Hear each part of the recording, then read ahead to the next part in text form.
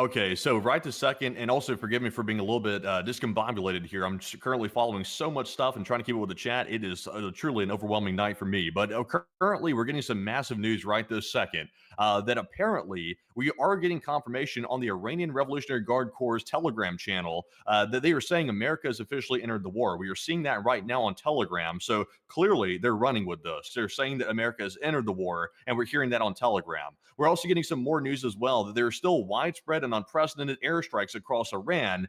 And I'm beginning to get the feeling, this is just my personal assumption and hunch, that the United States might be partaking in these airstrikes, but we don't know that for a fact. I'm just simply speculating right now. But these are such widespread and unprecedented airstrikes going on at the very moment that I'm sort of thinking the United States might be involved. But I think I'm learning as well why we're not getting current video and picture evidence out of Iran, because right now there's a bit of a news void when it comes to picture evidence.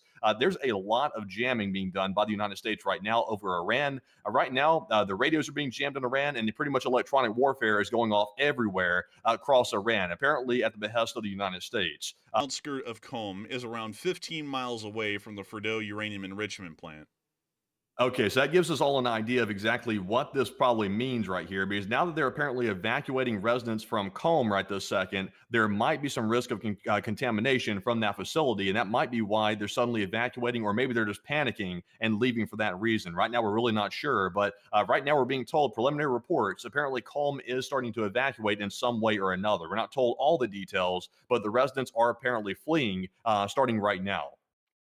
Yeah, I mean, him saying that a full payload indicates to me that this was probably the larger bombs that we've all been talking about that were released. And it makes sense when you're looking at what they were taking out, specifically at Fordow. Natanz is a little bit less clear exactly what they may have used here. You know, we've been talking about a lot about the B-2 bombers, but again, we still don't have a lot of clarity on exactly what was used here. And I would not rule out that other aircraft were used in addition to potentially these B-2 Spirit bombers. Now, it's also possible. Look, there's almost no way in which these bombers were there alone. They would have had escort aircraft, fighter jets most likely that would have been up there, as well as potentially drones and other things that would have been up there to keep them safe, to check out what's going on around, to make sure that the bombers wouldn't become a target in of themselves. Remember, they do have a stealth capability. They are supposed to be able to move into a contested or dangerous airspace and be able to evade